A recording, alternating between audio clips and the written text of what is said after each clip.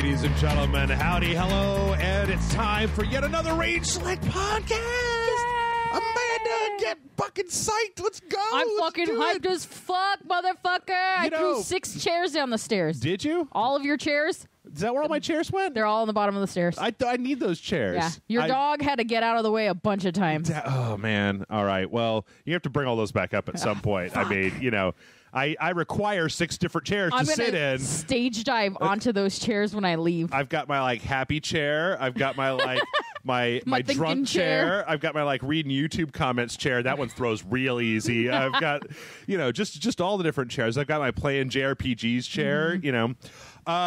Yeah. Well, before we get started here on the Rage Select podcast, I actually wanted to say that a couple things. First off, hi everybody. I'm Jeff. I'm Amanda. Yeah. First off, man, what a great time that we live in, Amanda. I know that time. I know that politics and everybody's the Fury Road is coming and all that. But before the Fury Road, it's every cartoon series is coming back. What Invader Zim is coming back. Yeah.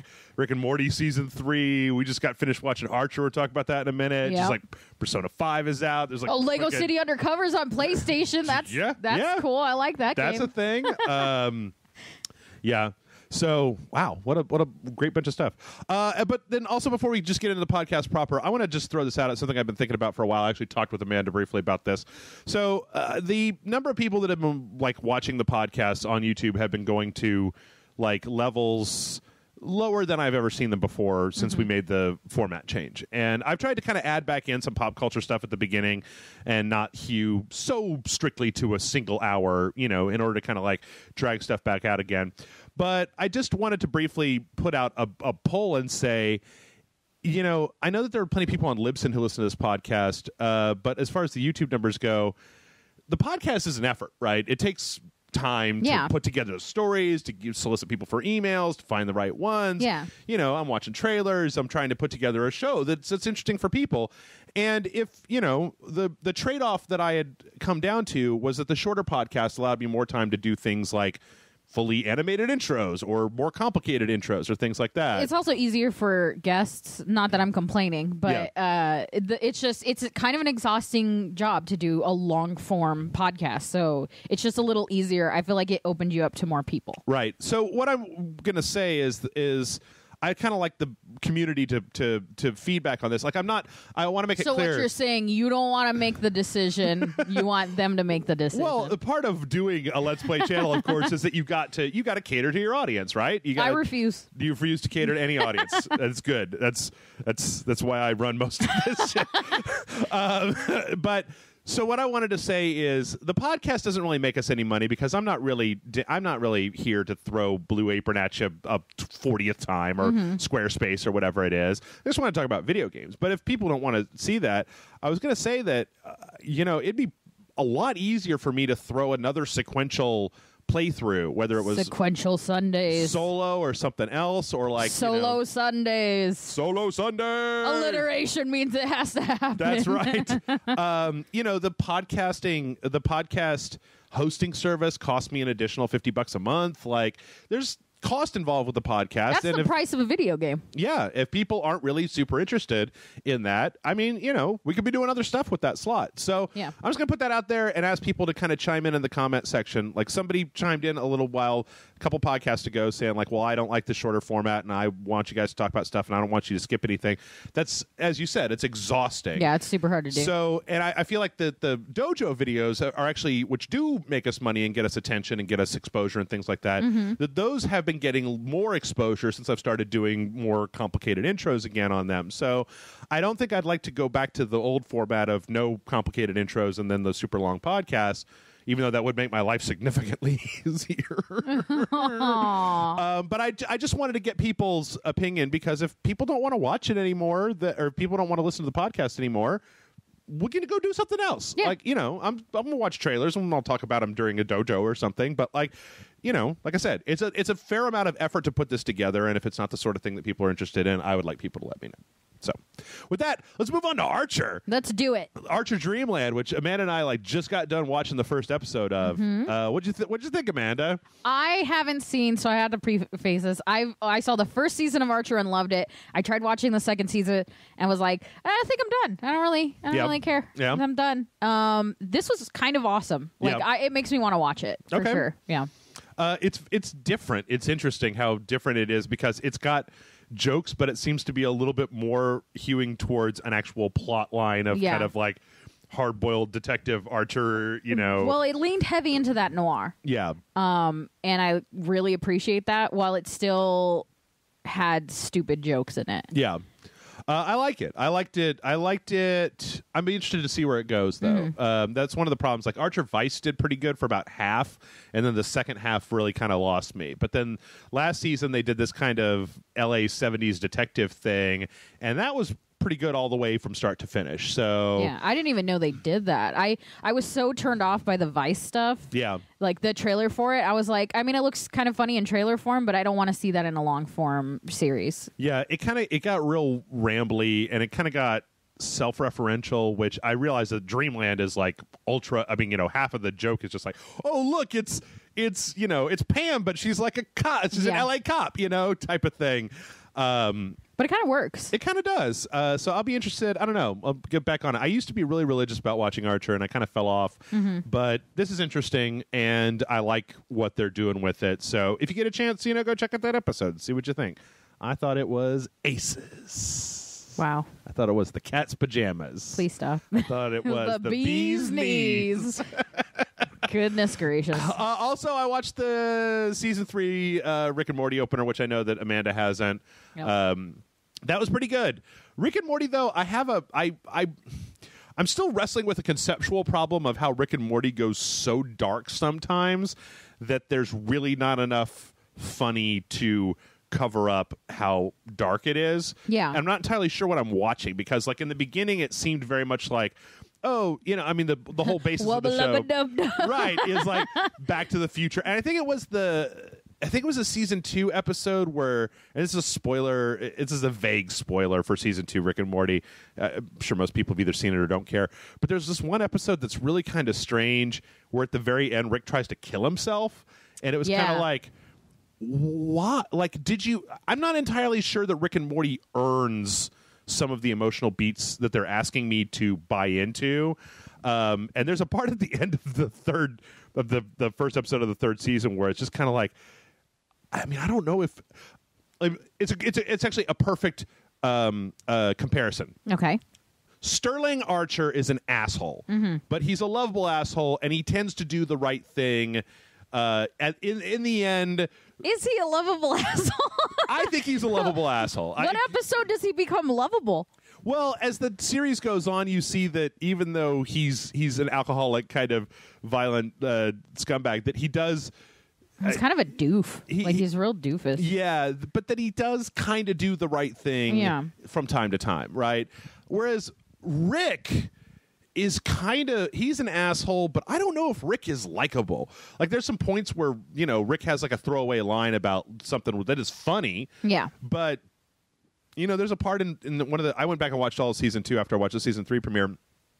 There's a season 2 one where, he's, where they break their time apart and there's like a whole grid of different cartoons happening at the same time. And there's a part in there where he like sits down Summer and Morty and brings out a whiteboard to explain why they're both assholes. Oh, and he doesn't he care about mathematically proves why they're assholes. And that's kind of funny, except that then when the series, like, okay, maybe this is what I'm wrestling with, is that if Rick and Morty was just a series about like, oh, this guy's an asshole, and like, haha, these are cartoons and whatever, except that when they do turn more serious, it kind of puts the kibosh on, like, just taking this at face value of just like, haha, what a crazy asshole inventor this guy is, because then you're like asking me to really buy in emotionally, and at that point Rick becomes kind of a really shitty person. He is a really shitty person, but I like, the whole reason I didn't like I like Rick and Morty, but I didn't love it is because none of them are likable characters. Yeah. But I think that's kind of part of it, is because the whole series is actually about a family. Yeah. And sometimes in your family you have people that are just straight up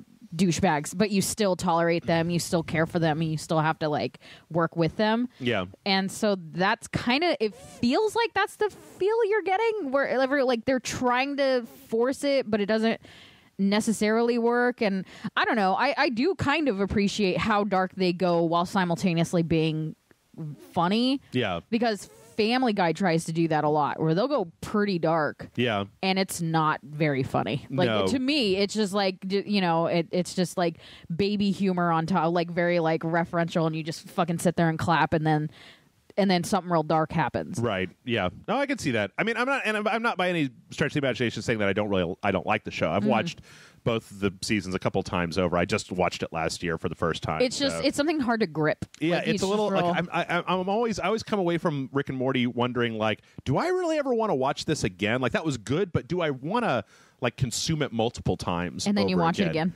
And then eventually I will. But I feel like it's one of those things. Like, I feel like there's some media where I can watch it and I can just immediately go back and watch it again. You put any episode of fucking Star Trek in front of me and I'll watch it. I don't give a shit. Yeah. But I like the ones where Kirk kisses a girl. Oh, so most of them? Yeah. All of them? Yeah. I want to see Kirk like seduce a Borg, like a proto Borg. I mean, he could. Young Kirk. Oh man. Oh yeah. So yeah, I don't know. It was good too. I think that people are going a little bit overboard with this whole Mulan Szechuan sauce thing. Yeah, I haven't seen it, but dear God, have I had enough of that shit already? Yep. All right. Well, I tell you what. Let's move on to the news. Let's we have do it. A fair amount of news, and we've been talking for it's about 10 minutes about other things. Okay. Amanda. Yes, sir. Persona 5 came out last week. What's that? That is. Hold on, I'm wrestling. Why? We're at a limited time, and you're taking your jacket off. I'm trying. It's It a takes hoodie. you 20 minutes to take off your hoodie. Fucking now it's in the cord. I don't know where. I had like a sip of beer. I had one sip of beer. This is not fair.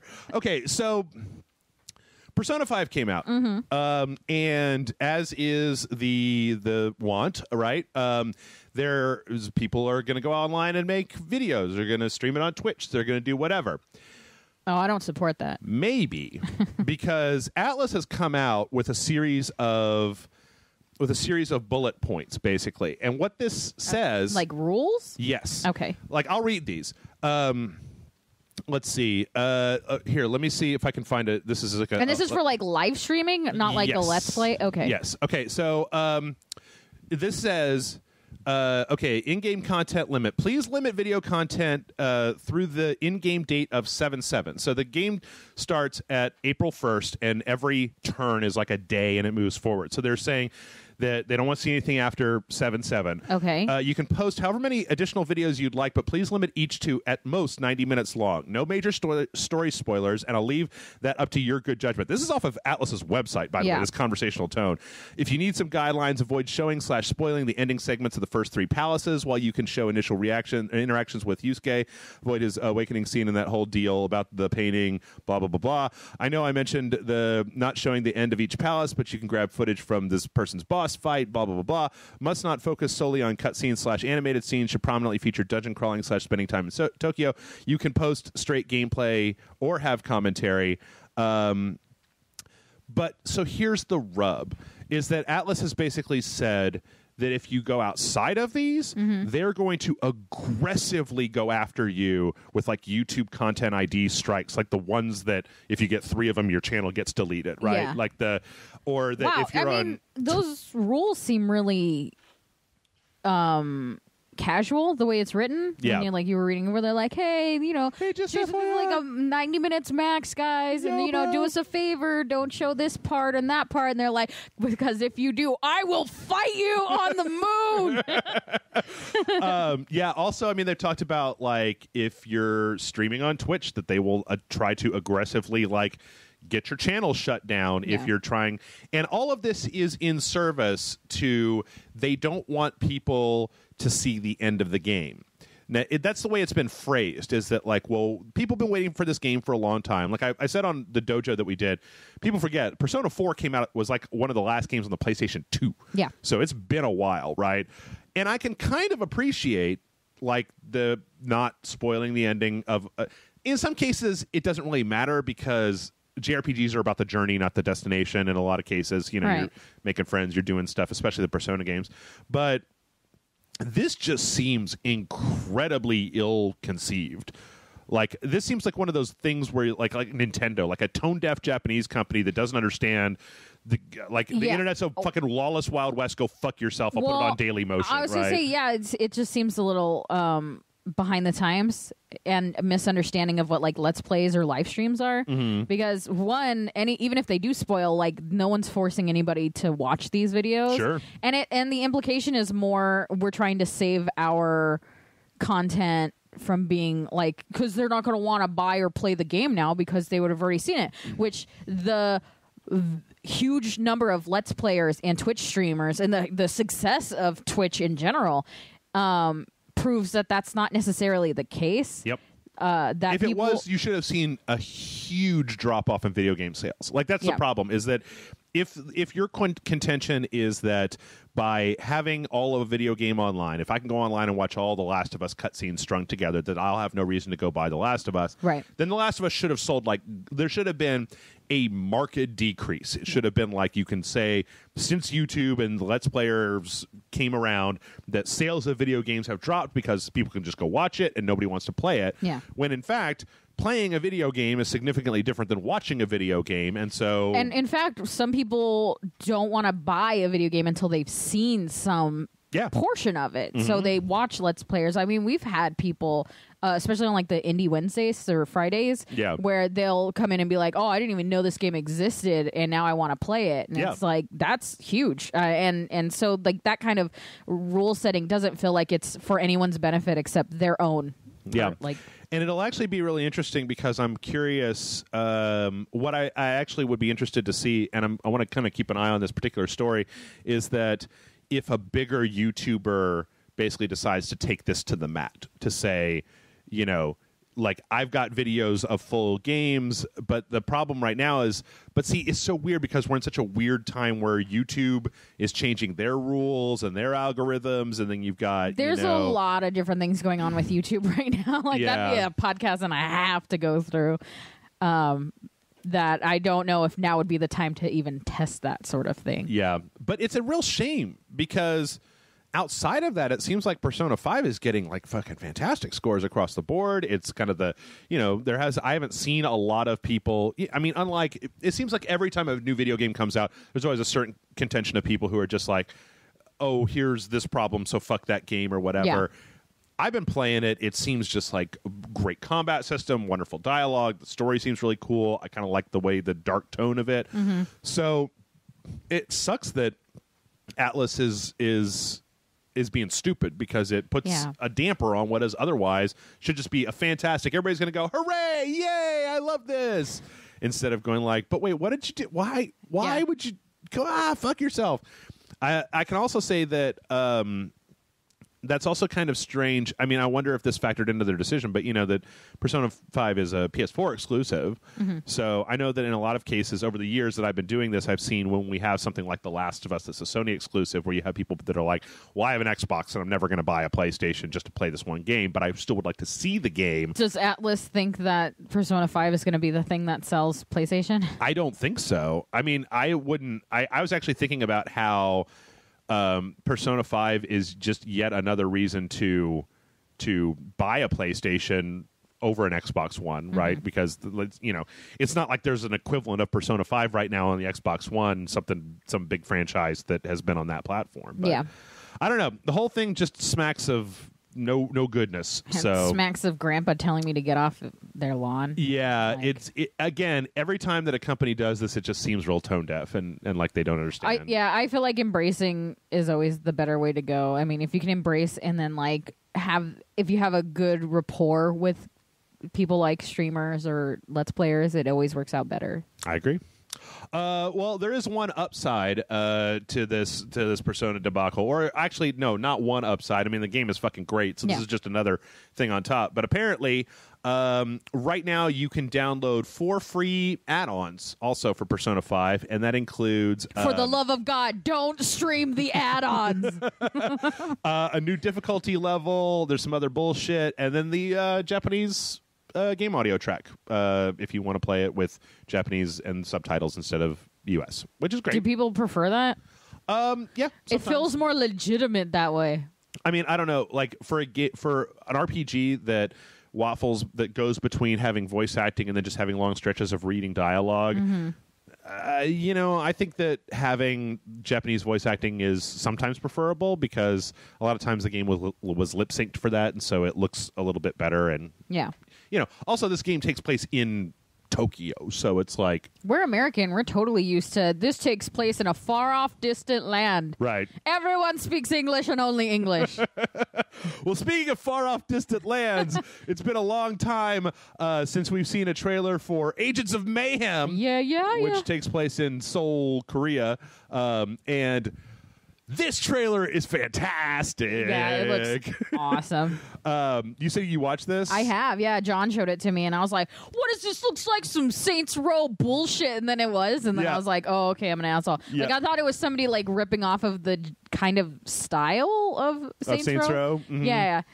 Look like gangsters in space shit. It's totally an A-Team intro ripoff. They even have a fake A-Team song.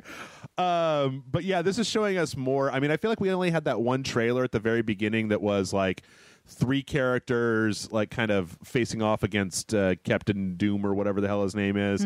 But this is showing a bunch of different. So this is actually going to be like an action game where you can switch between like 8 to 10 different agents in the field. Right. It looks great. It looks just like super Saints Row, kind of like blast and stuff. It seems to have a lot of character and personality. And we also got a release date with this. When is the release date? August 15th, August 15th. That's real close to my birthday. Yeah, there you go. Fucking Volition. Lean in real close. Real close to my birthday. Yeah, lots of crazy characters. I like the fact that at the very end then they transition over to a Knight Rider joke. Oh, yeah. I love it. It's been too long since Volition did anything. I mean, when the hell did Saints Row 4 come out? That was like 3 years ago? 4 years ago? Maybe. Did we play that for the first time on Rage Select or on Spill? I know it was a Rage. There's definitely, I don't know, because there's so many Rage Select videos with Saints Row. Yeah. It became like the official Rage Select game for a while. Yeah. Apparently, I was talking to John about it, and 2013. oh, Jesus. Man, it's been 4 years. In fact, it was August of 2013, so they're going for like about 4 years from the last time. That's crazy. That well, Get Out of Hell came out after that, right? So that was, we don't talk about Get Out of Hell around here.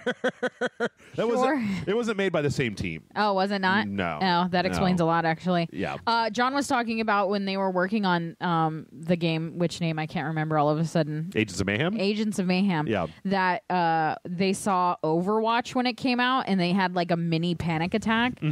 I guess because the gameplay looked really similar, except that theirs isn't multiplayer. So when they found out that Overwatch was exclusively multiplayer, there was like an entire office building going, woo! Like sigh of relief, wiping the sweat off their brow. Like, yeah. By the way, just FYI, I mean, Get Out of Hell, I don't know, it has on the Wikipedia page both Volition and High Voltage Software as developers, but I'm pretty sure that the Volition didn't have a whole shitload to do with it. I don't know. They made Kinect Star Wars. I can't tell if you're saying that like it's a bad thing or not. Oh, it's a terrible thing. I watched you play Kinect Star Wars, and I know how enjoyable that was for me. Yeah, for you. But yeah, this game looks incredible, and if you've forgotten or you haven't even seen anything, go watch the trailer. It looks great. I'm a big fan of silly action games, and Volition kind of does that. I mean, Saints Row 4 is just a gem of a game. There's a connection to Saints Row besides the obviously, the Old Toro Corporation, and they mentioned Pierce in full name. Yep, they also have all the little cyber fleur-de-lis on them. Obviously, and they're all I just thought that when I first saw that, I thought it was just. That's their thing. Yeah. Like, that's just, it has to be in everything they do. I'm pretty sure it's just futuristic Saints Row. I'm not 100% sure it's not, like, Gangsters in Space, one of their, like, weird, shitty movies. You know what I mean? That we're just playing the movie. Oh, man, what if it's a fake out? What if it's, like, you play Agents of Mayhem and then, like, a third of the way through the game, it like drops the pretense and it's Saints Row 5 instead. I would be so happy. That would be amazing.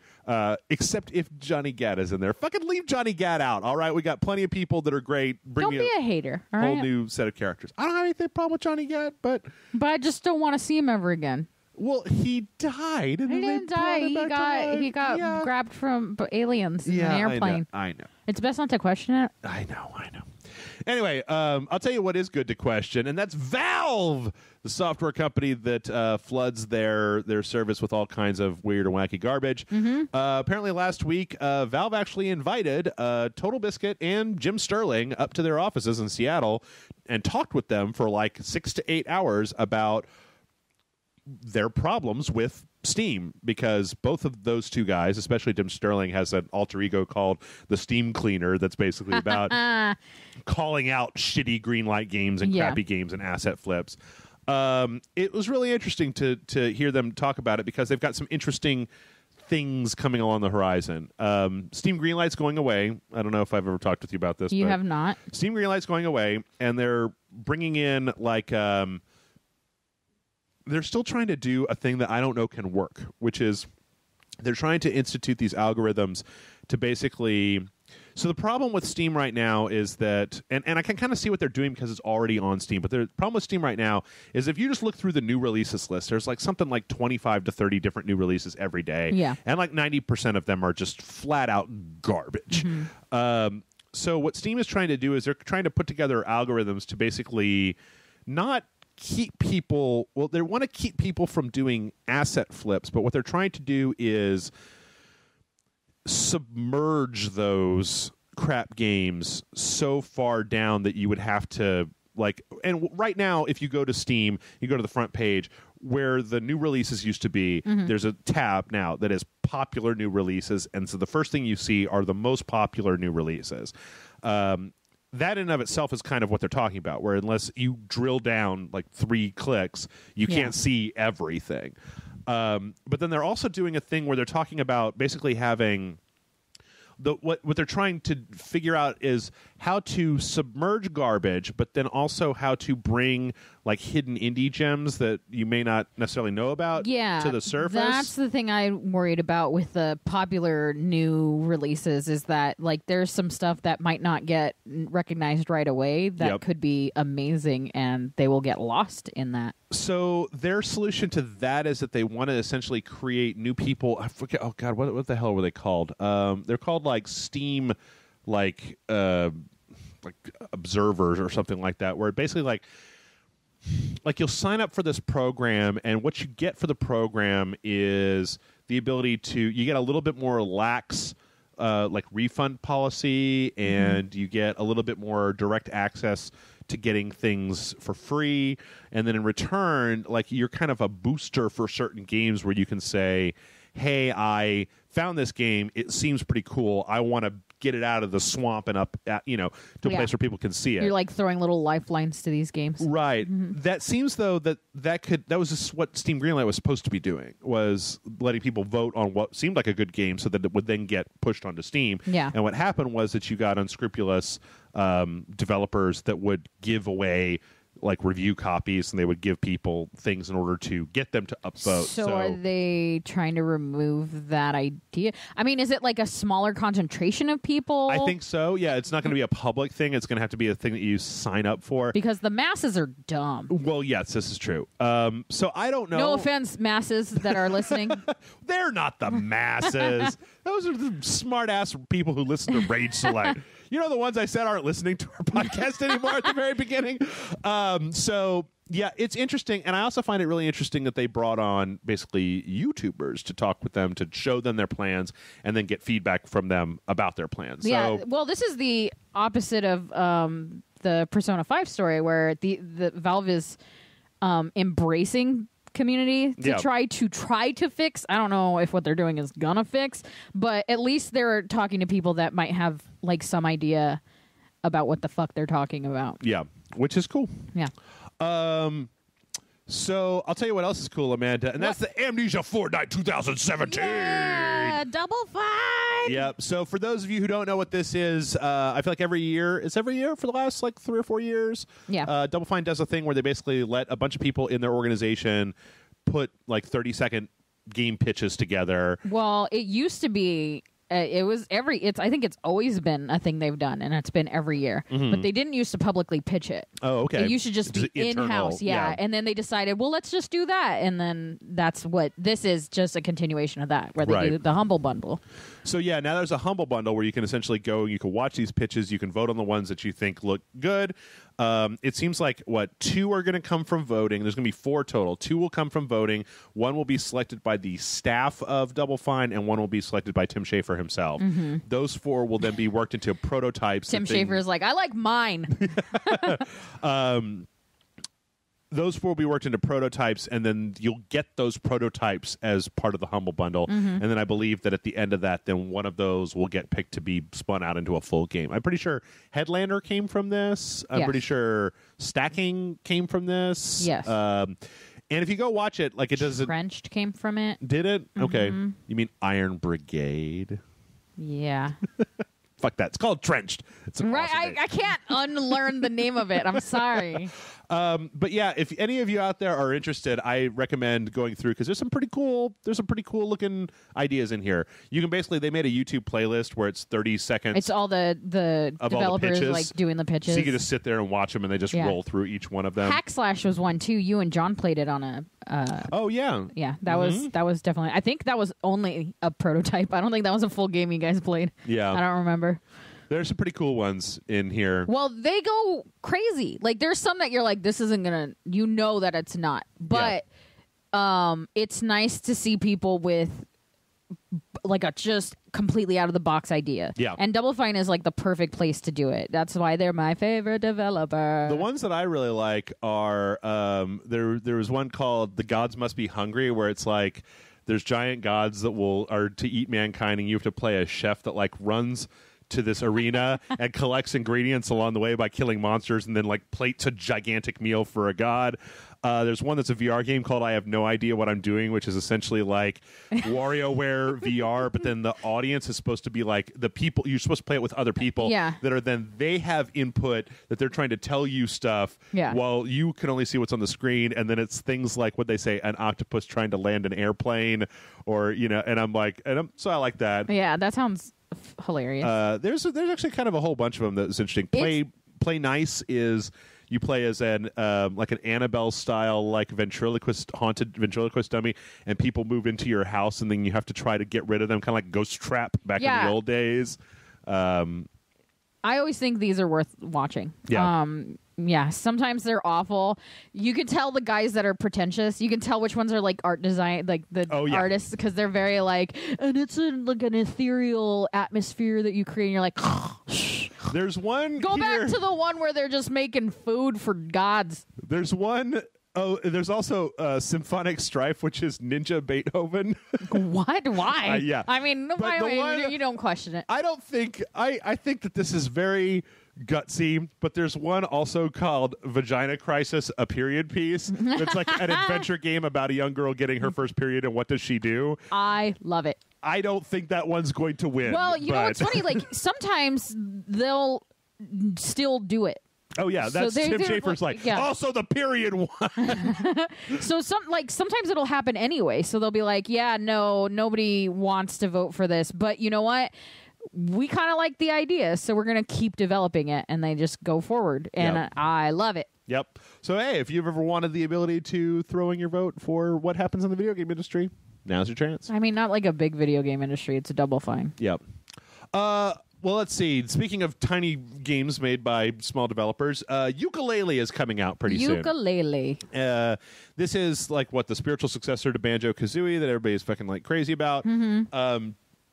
Preview copies have gone out to people, and they've actually had some issues with a lot of like bugs and performance issues and stuff in the game. So today there was a report about a bunch of things that are going to go into the day one patch of the game. Yeah. And I thought this was really interesting because it brought up something that I don't know that I'd ever really completely thought about before, which is if you give a review copy of a game to a reviewer, and then you release a day one patch that fixes a bunch of things that the reviewer takes in their gameplay experience as negatives, right? Then can you really say that what they're reviewing is the game that you put out if you fixed a bunch of shit? I guess it puts like pre-release review people into a really difficult situation of having essentially like an early access version, right, of a game. Yeah. Well, do they, when they send off the review copy, do they have like a little note-cease that says, hey, oh, this and this and this and this. This is like there might be some issues. We do actually have a day one patch coming through. I don't think that happened. Or are they just like, here, good luck? Because it just seems like it would do worse for them, right? Yeah. And it's like, here's this incomplete game. Yeah. Go ahead and review it, and then when it's bad reviews, be like, we have a day one patch. They're complaining about stuff that hasn't been fixed because they haven't gotten the day one patch. It's right. Like, but then that's your fault, not theirs. Yeah, it just kind of, to me, like this sort of thing seems like, I mean, if they knew about these issues beforehand, they should have just delayed to the point of getting that into the review. If they really did want to have a period of time where people had review copies of the game that they could show off before it came out to get people excited, that they should have made sure that it was kind of the best thing out there. But it does, again, it just, I don't have an answer for it. Or maybe did they take the review copy, the reviews, and go, well, maybe we should fix all those things? I don't know. It's possible that is exactly what happened. Yeah. So it's hard to say. Also, what a ballsy way to test. Like, it's just, here, review it and tell us what we need to fix. They gave us a 6. I wanted this to be an 8. Well, speaking of things getting fixed after they've launched, we got the Mass Effect Andromeda 1.05 patch notes. Nice. Which has a bunch of things. People will now emote. Yeah, there are emotions. Added emotions. Yay! Sex scenes. As of this, you guys will have seen Amanda and I come to the least emotive character in Mass Effect. Her face was tired. Her face in fairness was very to tired. her. She said it. She said her face was tired. She wasn't trying to hide that shit at all. So, yeah, apparently, I mean, it's interesting because these patch notes don't really, I feel like, tell you anything like until you actually get into the game. Mm-hmm. So I mean, okay, increased inventory limits and balance changes in multiplayer, but then it's like multiplayer. Let's see, improved lip syncing and facial animation during some conversations, including localized VO, and it's like not all conversations. Well, yeah, I'm like, that's like, what does that mean? Did you guys fix? Were there some? What about when that lady's head turns all the way around? Does that still happen? I'm so mad that that's going to get patched before we get to play. Have something crazy happen. You want us to just like rename our sequential Saturday like Mass Effect Andromeda 1.0 and like suppress any updates that might be coming through. Let's do that. That sounds like it wouldn't work out for us, but let's do it anyway. Yeah, I'm like, I don't know. Some of these things sound pretty cool to me. Yeah, so I don't know. This also kind of gets into the same question of you evaluate a game. It's just, I feel like these days that, I guess what I'm getting at is I feel like in the day and age between like the Persona 5 thing and Yooka-Laylee and this and a couple of other things that like, I feel like we live in an age increasingly where reviews just don't mean shit, right? Because you could buy a game 6 months after it comes out and it could be a totally different game at this point. Yeah. I mean, for fuck's sake, I just downloaded No Man's Sky again, which has had 2 like significant content updates that probably would change the way you felt about the game. I mean, there was a lot of things added in both of those content updates. Yeah. Or the fact that episode Gladiolus for Final Fantasy 15 came out, and it's just like, that's a big chunk of story that was excised from the game. So if you wait until that's all out and then you play that version of Final Fantasy 15, it's a whole different thing. Why can't everyone do the Blizzard mentality and not release things until they're done? Just put out a finished video game? Yeah. I mean, is it so weird that that's their like slogan basically, is like, it's ready when it's ready? Yeah. And everyone else is like, no, let's just throw out shit and then gradually polish it a little. The problem is I keep thinking about that concept, and what the poster child problem is Batman Arkham Knight on the PC, which never really got fixed. And some people bought it and were just unable to really play it because the performance on it was so bad. And eventually they realized that it was so fucked up that they just pulled it a few times from Steam entirely. So, I mean, you can roll the dice and buy a game on day one, but it almost becomes kind of a weird ecosystem where I could say to the people listening to Rage Select, hey, Rage Select listeners, like for a lot of these games, maybe you need to wait 8 months before you buy it. Like, buy it on sale in 8 months when all the DLC is out. But is that dangerous? Like, if everybody waits until 8 months after, and that means that a game's not making any money, do they go, well, what's the point in patching it? Nobody wants it. Do you know what I mean? Yeah. No, sure. Yeah. Okay. And then you create this weird thing where they were like, well, I mean, we were going to work on it because we knew it was a problem, but nobody bought the game, so why would we waste the man hours? What a fucked up situation. Just put them out when they're done. Yeah. Put them out when they're done. Fuck. Wow. You even went up an octave. Well, you're talking about Blizzard. Speaking of Blizzard, they're teasing again. Yeah, they are. April 11th, there's going to be... Oh, my God. I just remembered a news story that I completely forgot to put on here that I'm going to just fucking put on instead of the last news story, which was what there's going to be a We Happy Few movie. What? That's weird. Yeah. I mean, it looks cool and probably great, but whatever. Yeah. Anyway, yes. So Kings Row Uprising happened 7 years ago, and April 11th, there's going to be a new thing. There's also a comic that went along with this that went out on the Overwatch website that's actually kind of cool. It's during Overwatch's operation. Part of it is Tracer becoming an agent and like Soldier 76 having to decide whether to try to intervene in this Omnic kind of takeover of London because Overwatch has gotten a lot of bad press. I have a feeling that this might all lead to either a short or some kind of comic or something that shows the downfall of Overwatch. Yeah. Being disbanded and whatnot. But yep, they're at it again. So all I can do, I don't know. I can't tell what they're going to do, but got my fingers crossed for fucking Doomfist. I want fucking Doomfist. Yeah, man. Everyone wants Doomfist. Urgh. Is that automatically a Sunday streaming so that we can play Doomfist? Doomfist. I don't know. I just pulled the emergency fire escape on Overwatch last week. They put out Doomfist in 3 weeks. Yeah, we'll probably play it again. Yeah, right? I mean, come on. By the way, I would like to say that in the comment section for the Sunday streaming, there were plenty of people who were like, Jeff, I thought you said you uninstalled Overwatch. Yeah, I did. So I just reinstalled it. Yeah, wow. Whew, worked out. Like, I bought it digitally. I can't, and Sony won't even give me a refund. There's literally no way that I can't own Overwatch. Sony's like, you've done like 6 Sunday streamings on Overwatch. We're not going to give you a refund. Yeah, Sony's like, we're big fans of Rage Select, but you play way too much Overwatch, so we're just going to remove Overwatch from your account. They're like, you don't deserve it. And then Blizzard sends me an email. They're like, hey, I heard that Sony took Overwatch away. Here's keys for all platforms. Next time it goes on sale. How awesome would that be? Rage Select starts a war between Blizzard and Sony.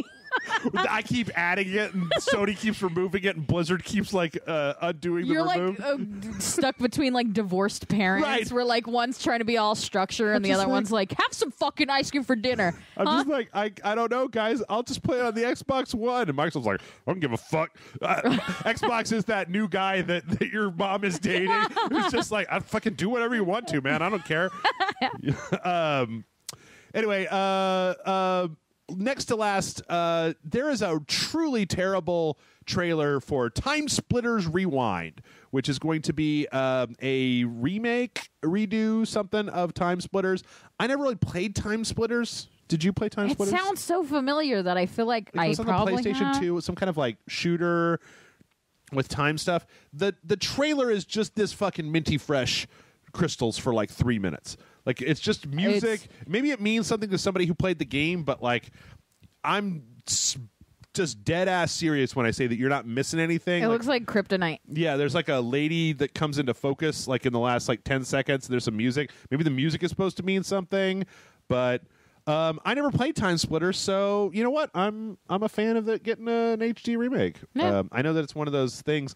I just wish that in their frenzy to remake and HDify everything, that I could just fucking get my hands on a copy of a game called PsyOps: The Mindgate Conspiracy, because that game was fucking awesome. Who do we have to talk to make that a thing? Yep, that is a good question, and I don't know the answer. And you are talking like perhaps a robot. Well, yes, a bit. So last but not least, in our news. So April Fool's was last week, and we didn't go over all of the all of everything, all of the foolishness. Yeah, Sega released a Bayonetta game on Steam, and it was just a little pixel jumping up and down, shooting stuff. It was free. It was just hey, you guys want a new Bayonetta game? Here we go. But inside of that Bayonetta game was a URL that leads to a countdown timer. Oh, no. It's got Bayonetta's They're going to blow us up. That's you want a new Bayonetta game?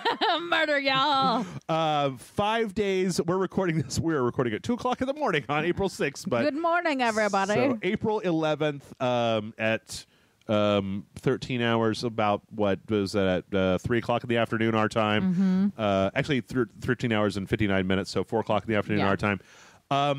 Amanda, yes, I could not be more excited. We should do like a live stream of the countdown going down. Oh, yeah? And then and then your reaction when it's nothing. It's a mobile phone game. No. Do you have any feelings about Bayonetta one way or the other? I never played it. Okay. I wanted to. I think the character looks cool. I think I watched the anime, which was a little weird. It wasn't very good. No, I didn't dig it. And I'm an asshole watching stuff like that with John, so I'm always there like, is that little girl her? Is that little girl like her daughter, and she doesn't remember her daughter? And I'm like just shouting this shit, and he's just like, shh, we're trying to watch the movie. Yeah.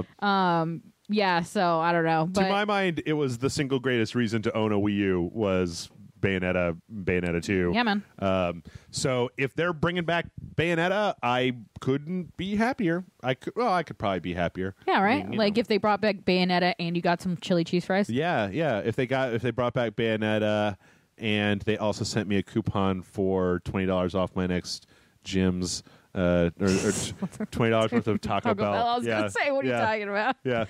Or Arby's. I kind of missed that I didn't get the Arby's Dark Souls 3 promotion. I kind of should have gone and done that, but yeah, I think that Bayonetta is awesome, and that there should be more Bayonetta in the world. Yeah. In fact, I believe that it was during the Asylum 2 or 3 years ago. I mean, the website's only been around for almost 4 years now, so probably not much more than that. Where John and I believe, played Bayonetta 2 during the Asylum, and that was like, because fuck you, I'm not going to not play Bayonetta 2, even though I'm, it's like double posting videos because fuck you, Bayonetta 2 is out. So yeah, I can't wait for this because Bayonetta is a great character, and I would love to see what they could do on the PlayStation 4 with a character action game like Bayonetta. And that is all the news that I have this week. So we are going to take a break. When we come back, we are going to answer questions. Amanda, are you ready for questions? Yeah. All right. Preguntas. All right. Let's do it. In a minute.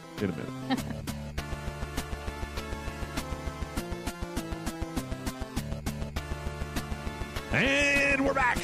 And Amanda, it's time for questions. Good questions or bad questions? 20 questions? Good questions. We have good fans with good questions about good questions.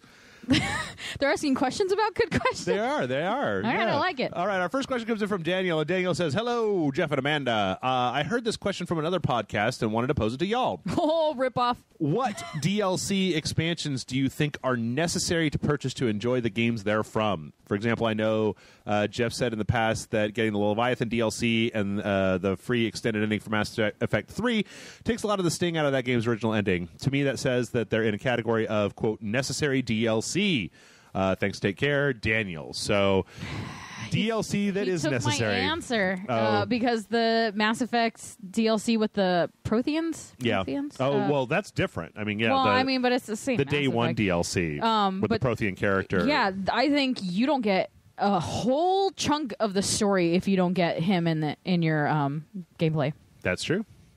I would say that every Souls DLC has been good, has been kind of necessary, but Bloodborne's DLC was really necessary to kind of getting the whole story of that. Dark Souls 2 also had some very, very necessary DLC. In fact, I don't know, I got a little salty with somebody because I was trying to explain that Dark Souls 1 DLC is wonderful, but it doesn't really add to the main, like, it's optional. It's a side story that I feel like doesn't add to the main narrative thrust of the game. Like, you can enjoy that game without it, but adding it in is so like just more like add depth flavor. to the world or something. Yeah. It's kind of a mystery of a character that you hear about in the story, and it does. I mean, it doesn't completely not add anything because there is.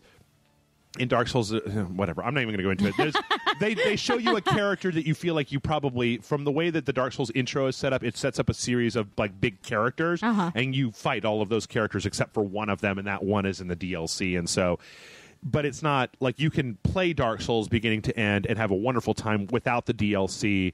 Whereas I feel like in Bloodborne, the story wasn't completed until you really did the DLC as well. Yeah. And a lot of that was because the DLC for Bloodborne was set in different eras, so it demonstrated a story that led up to show you why the world kind of was the way that it was, and that it was much more necessary to understanding what was going on.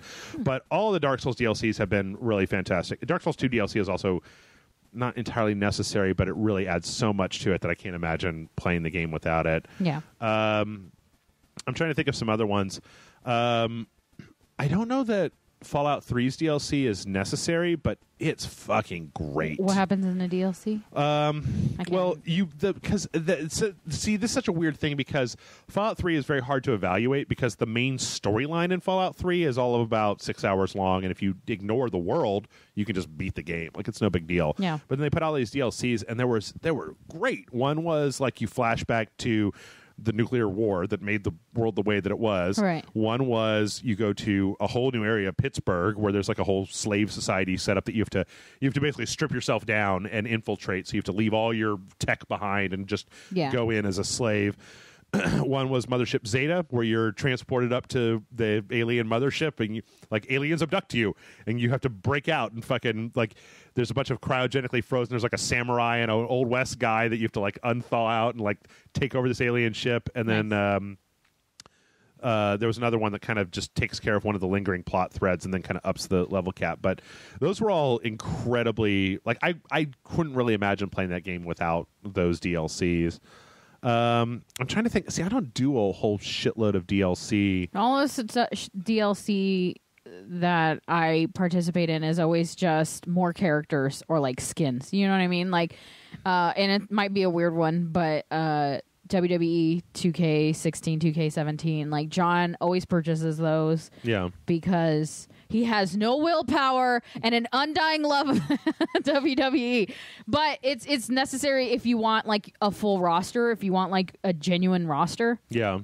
So, but it's also you could still play the game without it, and you could just download some fucking characters, some created character versions.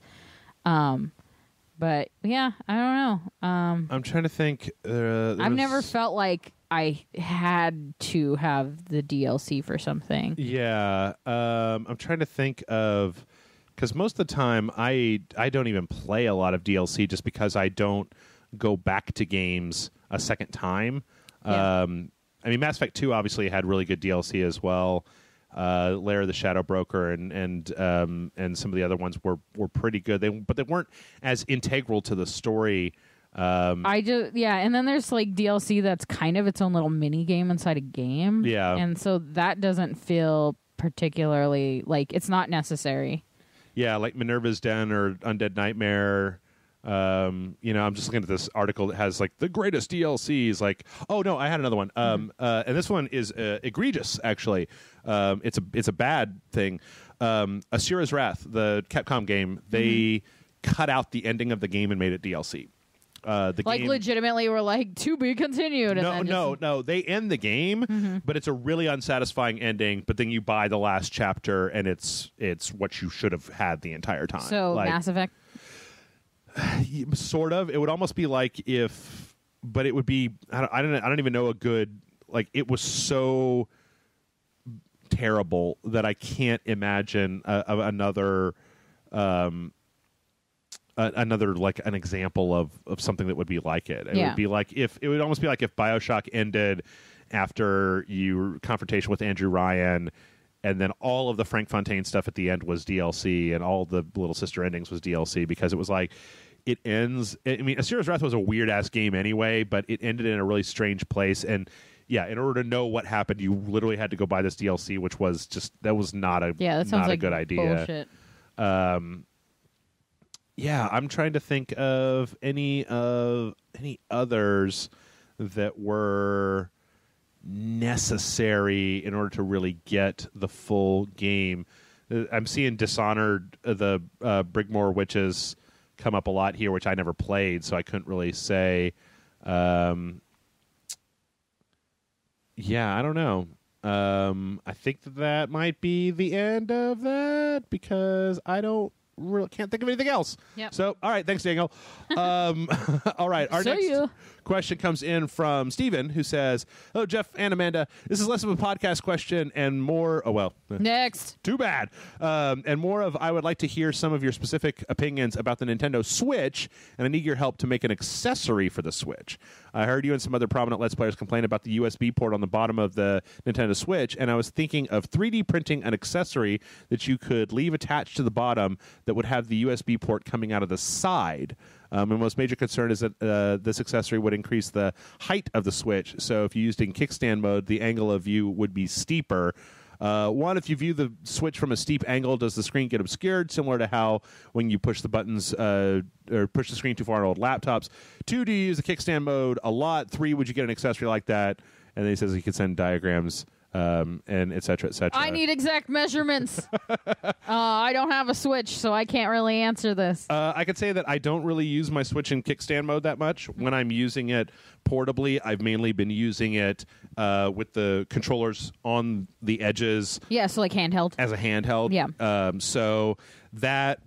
I think the screen is good enough that it doesn't really matter whether you have it at a real oblique angle, but I can see the other problem that I think you might come from what you're suggesting is that if you're playing the Switch with it plugged into the USB port for charging purposes, I mean, it comes right out of the bottom. Yeah. So, like, if I was going to set it down and have it plugged in at the same time, I'd probably just use the dock. Because there's not a lot of reason to have it plugged in and on the kickstand at the same time. That's not really a scenario that I would envision doing very often. Yeah. So, I don't know. Maybe I'm not getting it, Steven, but I don't know that that's really a thing that would be super useful to me as a Nintendo Switch thing. All right, next up, we got a question from Joseph. Joseph says, "Good day, my lords and ladies of rage. Jeff and Amanda, as a fellow..." Well, this is just directed to me, and I don't know if this is going to count for I'll you leave. at all. It's fine. No, it's sorry. fine. I only got a few questions this week. Let's ask more questions where I don't get to answer anything. As a Superman fan... actually says, Jeff, as a fellow Superman fan, I am curious, if you were given a large budget and the freedom to choose any Superman story, which one would you choose? Would it be the Red Sun arc, Kingdom Come, or that one where Cal landed in Gotham and became Batman? Keep up the great work. Love that you're playing Andromeda for the new sequential. Thank you. Loyal patron, Joseph That includes B. me. That does include you. I don't know. Do you have I mean, you're not really much of a Superman. I'm not a DC fan in general. I mean, I've read a lot of DC because I used to work at Rogues Gallery Comics and Games in Round Rock, Texas. Sure. I like to see your soul just crush a little every time I say the whole thing. But I would just give the generic answer that I feel like a lot of people would, which might be like All-Star Superman. Do you think that All-Star Superman would work? No, not at all. But I didn't like the comic as much as everybody else sucked the balls of that comic book. Yeah. But I just can't for the life of me think of a story that I would die to get from Superman. Yeah, oddly enough, Max Landis did a really cool series of stories that he like compiled into one graphic novel. Sure. All-American Superman? No, was it called that? American Alien. American Alien. I haven't actually read that. Thank you. I've only read a couple of them. I believe there's 5 altogether, and I only read, I think, maybe 2 or 3. And those are kind of pre-costume Superman, but it's him like growing up and like the significant events in his life that made him Superman. Okay. And although I wouldn't make that a movie, I would definitely consider doing like a animated film or something where you just go through, because I like that exploration of like why a hero becomes a hero. But yeah, like off the top of my head, there's not really a Superman. Anything with Lobo. Anyone that has Lobo in it. It's funny because I don't know a lot of like the arcs that he is mentioning. I don't know that those would work. Like Red Sun is a good arc, but it's about Superman as a communist villain. I think that's a tough one. Like what the fuck are you gonna do? Yeah, what ifs are real. Yeah, like not cool for me as for mainstream movies. You'd have to do something like a animated film, or it would be a real weirdly ballsy move because I mean, and DC ain't got no balls right now as far as their cinematic universe. Damn right. Yeah. I'm sorry, you're gonna get a lot of hate on the podcast for. I mean, nobody's listening. It's fine, but. Yeah, let's talk about whatever. But I mean, no, it's just that they're like staying as far away from their own personal continuity while simultaneously like throwing out comic book comic book stories to like sucker you into thinking that's what they're doing. Yep. And really, I would be impressed if they were like, you know what, we're gonna fuck it, we're gonna do Red Sun Superman, and we're gonna show you what that is. I mean, I think it would make a perfectly functional beginning, middle, and end movie. Yeah. Have you ever read Red Sun? No. I mean, it's really interesting. It's basically just, if Superman landed in Russia instead of America. Yeah. He grows up and kind of becomes like the dictator of Russia and then the world, and because Russia embraces him as this like nationalist superhero. But it's weird because at the same time, like the world goes fully communist because you've got a Superman to make communism work, essentially. Yeah. Except for America, who like Lex Luthor gets elected as president. Like Lex Luthor is the American good guy in Superman Red Sun. Well, and I mean, isn't Lex Luthor kind of, depending on what you're reading, kind of a good guy, except for all things Superman? Like that's the thing that makes him evil is Superman. Well, I feel like that a lot of times they have to throw in him just being like, you're fired, get out of here. Yeah. Like.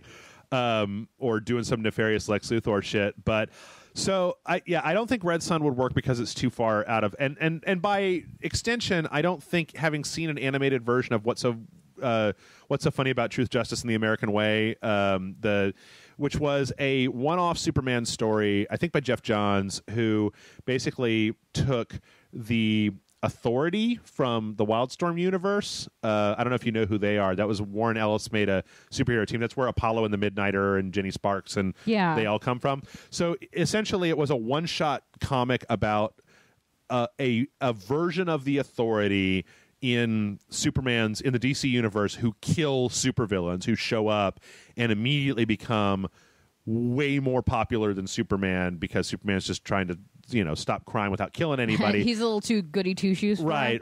It actually very much mirrors one of the plot threads in Kingdom Come with Magog and becoming the new protector of Metropolis and Superman retiring. But it's a really interesting story and it has a lot of really good stuff in it. It's a one shot, but they made that into an animated movie, and the problem is that story is about 40 minutes long, and when they had to stretch it, it didn't really work. Like Manchester Black, I don't know that Manchester Black works, who is their version of Jenny Sparks, works as a character when you don't know that it's an analog for a character in another comic book universe. Like Warren Ellis liked to do this all the time, where Apollo and the Midnighter in the Wildstorm universe were gay Batman and Superman, and I don't know if they work as well if you don't know that they are gay Batman and Superman. I mean, they work fine as characters, but I think that there's an additional extra oomph to it if you're getting the reference that they're making there, as opposed to the same way that the bad guys in Planetary are the Fantastic Four. If you don't entirely understand that, I don't know that you're really getting the full impact. But a lot of swipes at Marvel, huh? Well, how so? Well, no, the Fantastic Four being evil. I guess the opposite would be that's also DC though. Weird. I mean, that was interesting because it was basically the Fantastic Four come back with their powers, and instead of becoming superheroes, they take over the government and everything. And then you have this group that is kind of working behind the scenes trying to, Anyway, there's like a whole thing with that. There's a whole thing there. And Kingdom Come, I think, would actually work as a movie or as maybe like an HBO series or something. Mm-hmm. But it's just too laden with characters. I don't know if you've ever read Kingdom Come, but Kingdom Come is a little bit. I didn't get through the whole thing. Mark Waid in the future. Superman isn't a Mark Waid in the future. Future Mark Waid. But Superman isn't a superhero anymore, and the world has kind of gotten a lot darker. And then Superman kind of comes back, and there's a shadow conspiracy to kind of like take him down, and it all kind of blows up in his face. But that it has a lot of characters because they have these like fourth generation versions of the Flash, or the new I don't know, take your pick, Green Lantern, right? Yeah. Like whoever the new version of Green Lantern is. So I actually have an answer for this question. What is your answer? Oh, shit. I just Googled the same fucking thing you did. Yep. Superman Birthright by Mark Waid. God damn it. Yep. Is Mark Waid just like a decent Superman writer? He's a decent everything writer. He wrote a big chunk of The Flash that was excellent, or I think he was the one, he might have been the person who came up with the Speed Force. In the whole thanks, Mark Waid. But Superman Birthright is kind of a retelling of Superman's origin story, but it's more modern day, and it's more kind of Clark Kent trying to figure out like what to do with these powers. He doesn't know. The main difference is that he doesn't get the tech that explains to him where he came from and who he is, and it's very much a story that starts with Clark Kent and Lex Luthor as like high school friends. So Smallville? In Smallville, yeah. And then kind of spirals out to Lex Luthor, to really giving Lex Luthor this idea of that Superman is a threat. And I think that's a really powerful story that they don't ever go to. Like in the Batman v Superman, not to just shit on Batman v Superman, which I could do, but not to just shit on it. I felt like Lex Luthor is at his best when he makes the argument like we become weaker as a species when we have a Superman out there to make sure that nothing bad ever happens, that if we have to work for our own accomplishments, then we evolve as a species, and that's good. And that having this Boy Scout, and then he's like, also I have a robot man that I send to murder people, right? So but get stronger as a species. But having him as a character who kind of opposes Superman on these weird intellectual grounds, and not just like a mustache twirling I hate Superman, I think is a good story that you could totally make a thing out of. Did you ever read Superman for All Seasons? Yes. Jeff Loeb, right? Tim Sale. Yeah. No. So I don't, and I'm just tossing it out there. I Googled best Superman stories, and this was one of the ones that came up. Yeah. And it's just like every season is narrated by a different person in Superman's life. So like Jonathan Kent, Lois Lane, Lex, Lana Lang, which is a weird one. But it just seemed like an interesting one. Also, one of the better ones is there's no, that's not the one that I'm thinking of. Well, there's For the Man Who Has Everything, which they did on Justice League Unlimited, where it's about Mongol putting there's like a parasite on Superman that makes him think he's still living on Krypton, but he's like, trying to get out of it. There's a lot of good Superman stories out there. All the I love all the Grant Morrison JLA Superman stories. I felt like those were. You like Grant Morrison? I do like Grant Morrison. All about it. It's funny because I've expressed this before. I didn't know that there was a bunch of people who were just like, fuck Grant Morrison, because I'm like, oh, I'm not like that. It's just every time we talk, and then it'll be like, you should read this comic book, and you're like, gee, Jeff, who wrote it? Warren Ellis, Alan Moore, or Grant Morrison, probably. Yeah. Yeah. But yeah, and the other thing that I would say is that there's no reason not to just make your own Superman story, not to just start over and make it. He really lends himself very well to write whatever the fuck you want for it. Yeah. You just have to have a firm grasp of who Superman is, and then you can pretty much put him in any scenario. Yeah. Oh, Whatever Happened to the Man of Tomorrow? I think that's the one that I was thinking of. Is that Alan Moore? Yeah, that was a really good one. If I had all the money in the world, I would just make the Tim Burton directed Nicolas Cage Superman movie, because why not? Like, fucking whatever.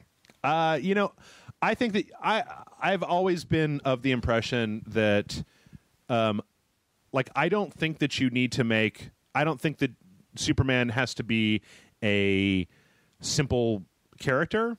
I think that there's actually a lot.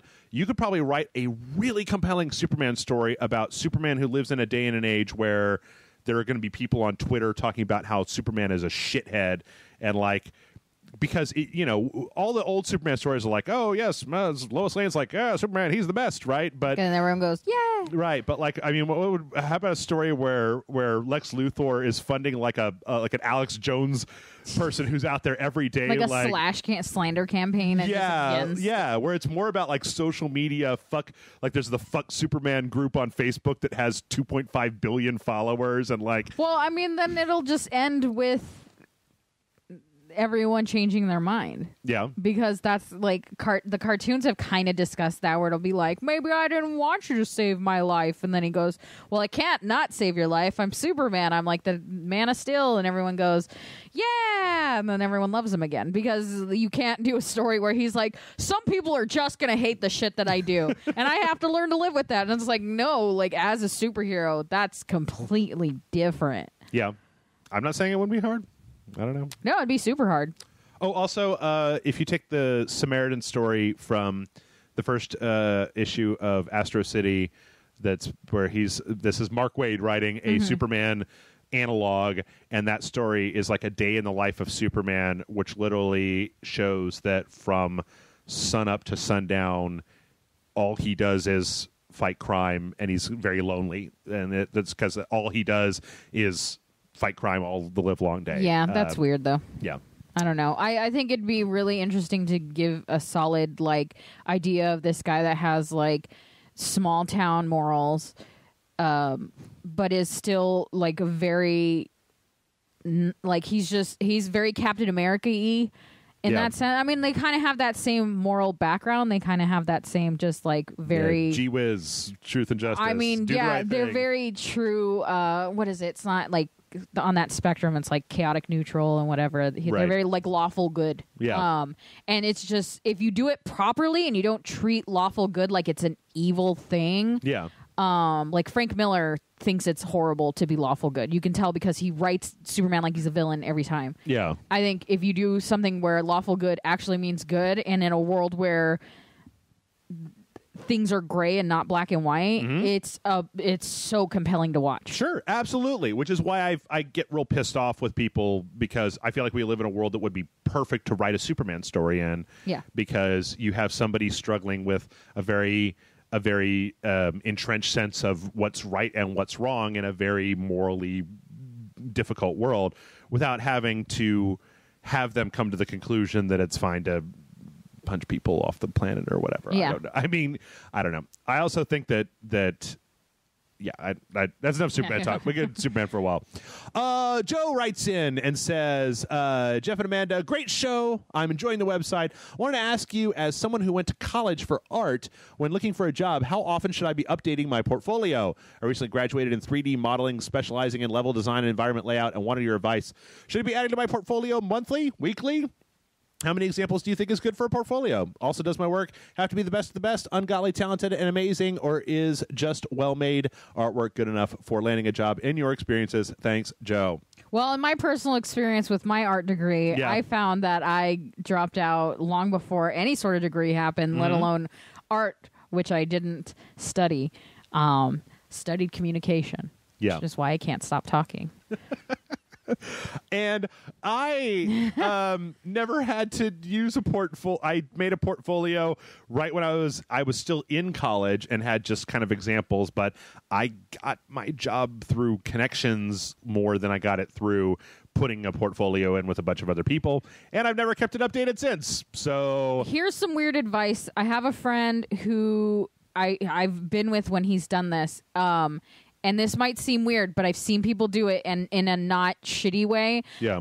Certain comic book conventions, depending on the kind of art you're going for. Okay. Certain comic book conventions, when they also do like the meet and greets with artists and stuff, will actually have go over your portfolio with artists time. Look for those and talk to them, because they would be the ones to tell you, because those artists are the ones that got in with resumes and portfolios. Depending on the kind of art you're going for. I would literally be emailing as many artists that I like as possible and talking to them about advice on that, and also just in general advice on like what to do with your portfolio. Yes, basically. I agree. Also, the internet could probably answer this question better than we could. So, yeah. Sorry, Joe. I don't have a real job. I'm sorry. Yeah, and I've been self-employed for almost 4 years now. Last but certainly not least, this question comes in from Gorm, who says, Hail Doncles, greetings, Jeff and Amanda. I'm an avid fan of the Soul series and recently Suda51's Let It Die. And my question for you is, what makes procedurally generated levels work in Let It Die that you think did not work in Bloodborne? Also, I do not believe I caught you discussing and comparing Souls with Neo. Can you give me a rundown so that I can gauge if I want to peel some of my time away from Uncle Death to play Neo? Your diehard listener and watcher, Gorm Dragon. It's not about how much you die, it's about how much you try, which is Let It Die's version of Get Good Noob. So that's a great T-shirt slogan. It's not about how often you die, but how often you try. Yeah. That's good. I like that. I'm going to get that tattooed on my chest. Yeah? No, fucking Jesus, Jeff. Come on. Would you get anything tattooed on your chest? I don't know. I've thought about it a few times. Yeah? Yeah. Okay. Don't have a tattoo anywhere, so yeah. Cool. Well, the next time I get a tattoo, you want to go with me? No. We'll get twinsy tattoos. No. Like what? What do you like? You put it together and it's like a dragon or something, dude. Like okay, so like I'll get it on half of my fist, and then you get it on your half of your fist, and we can like one to twin powers activate. No, I don't want to do that. I don't want to do that. So have you ever played a procedurally generated game? You've played procedurally generated games in the past. Yeah, like isn't Spelunky one? Yeah. Like it's straight up just all the time. What do you think makes for a good procedurally generated game? As long as the way it happens, I don't know if it's like an algorithm or whatever it is that like generates them. As long as it doesn't do it where you're fucking boned sometimes and you have to be like, well, yeah, fuck it, I guess I'm dying in this one. But fuck, I don't know. Because procedurally generated games for me tend to be a lot harder because you can't really prep. So I don't know what makes them good. Fucking me, good at it. I think that the question about Let It Die and Bloodborne working and not working was the fact that... Is Bloodborne procedurally generated? No. Bloodborne has a section of the game called Chalice Dungeons that are procedurally generated. Okay. The thing is that I think that the reason that it didn't work in Bloodborne was because there was a whole other part of the game that was not procedurally generated, that was doing things, that was environmentally storytelling the shit out of what happened in this world with item placement and enemy placement and architecture of buildings and stuff like that. And then when you go into the Chalice Dungeons, you're like, this is all just a big mud bath full of mud. Let It Die, I think that the reason that works is because it's always procedurally generated, and I also don't know that it works 100% because I liked Let It Die quite a bit, and then I stopped playing it after I thought you uninstalled it so that you didn't play it forever and ever. That's what I did. I uninstalled it, so I can't ever play it ever again. I mean, considering it's a free-to-play game. Uncle Death? Yeah, Uncle Death. I wanted to call him Uncle Deadly. That's a Muppet. Yeah. That design alone makes me want to play that game. I think that Let It Die has a problem that just about every Suda51 game has, in that it's oozing with style. It's got a great soundtrack and wonderful characters. It's just not really all that fun to play. How dare you? I enjoyed Lollipop Chainsaw. Sure. Lollipop Chainsaw and I check out my Big Boner guy. The Shadows of the Damned were probably the two better games. But if I'm not mistaken, I'm going to look this up. I think that Lollipop Chainsaw was actually James Gunn. Well, no, I think that it was. Let's see, Suda51. I know that in Shadows of the Damned there was a different guy that did the actual combat sequences, which is why they were better. Terrestrong. I kind of wish Suda51 just did movies or television shows or something where I could just sit and watch this crazy on screen for a while. I kind of wish that he would just get a game idea and then hand it to somebody else to make into a legit ass game. Do you think he has a fucked up journal where he just writes all this weird shit? I hope so. I'd buy that journal. Yeah. There's supposed to be a new Half of it's just boners. There was he's making something for the Switch, really? like a No More Heroes or something like that. But yeah, I don't know. And then as far as the second part of the question here about the difference between Souls and Neo, Neo's easier. Neo's not easier. No, I don't know. I stopped playing Neo because it was too hard.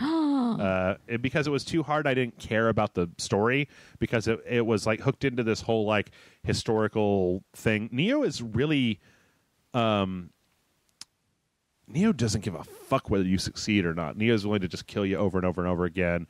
And is it that like misconception with the Souls games where it's just like it's all about dying over and over again?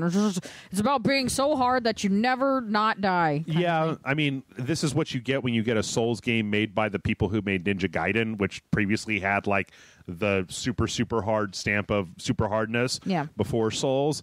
But then Souls, I mean, I don't know if I've talked to you about this, but Souls has also been doing that of ramping up the difficulty into kind of stupid levels where it breaches fun and then goes straight to fuck it. It's catering to an audience that I am not part of.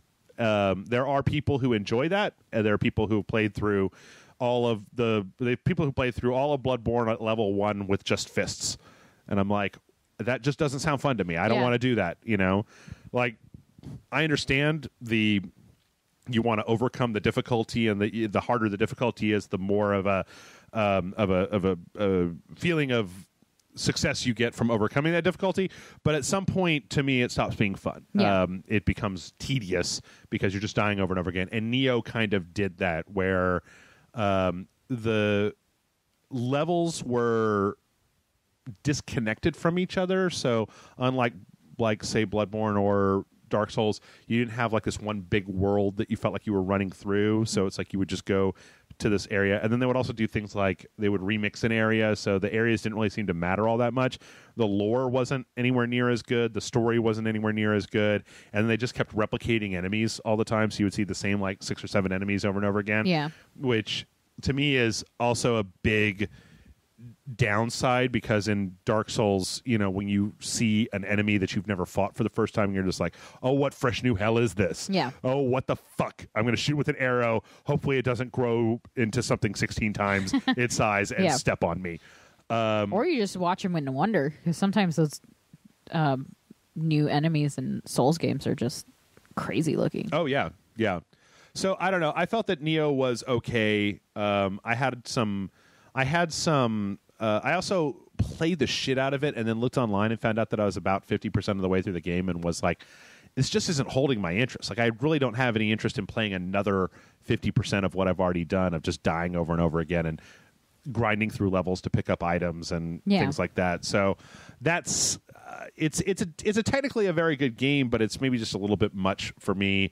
And I have a feeling that nobody has really managed to copy the From Software formula well. There have been a couple of people who have tried, and I don't feel like anybody's managed to get it down to the point where you have both a good story hook and good gameplay that all comes together in a way to keep you playing it. So, hope that answers your question, Gorm Dragon.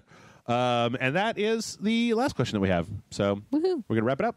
mail@rageselect.com is the email address if you would like to send in a question. Do me a favor and go back to the beginning and leave a comment and let us know what you think, because I'm serious when I say that if nobody wants to watch this or listen to this show, we could totally just play another sequential or a different game or bad Steam games every week, or I don't know, something.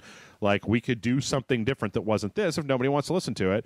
And again, that's not me saying it's such a threat. Like, hey, if you guys aren't gonna watch, then we're just gonna show that Bayonetta countdown clock the entire time. Right. So yeah, it's definitely not that either. It's just a question of what you guys want. Yeah. If you all want something else, I'm more than willing to do something else. So chime on in, let us know. If you don't chime in normally, go to the Rage Select, go to the website, and you can go to the Discus, and you don't even have to put in an email address. You can just log in as a guest and leave a comment saying yay, nay, or go to the YouTube video comments and leave a comment there or whatever. And that we are done. Done. Done skis. Done.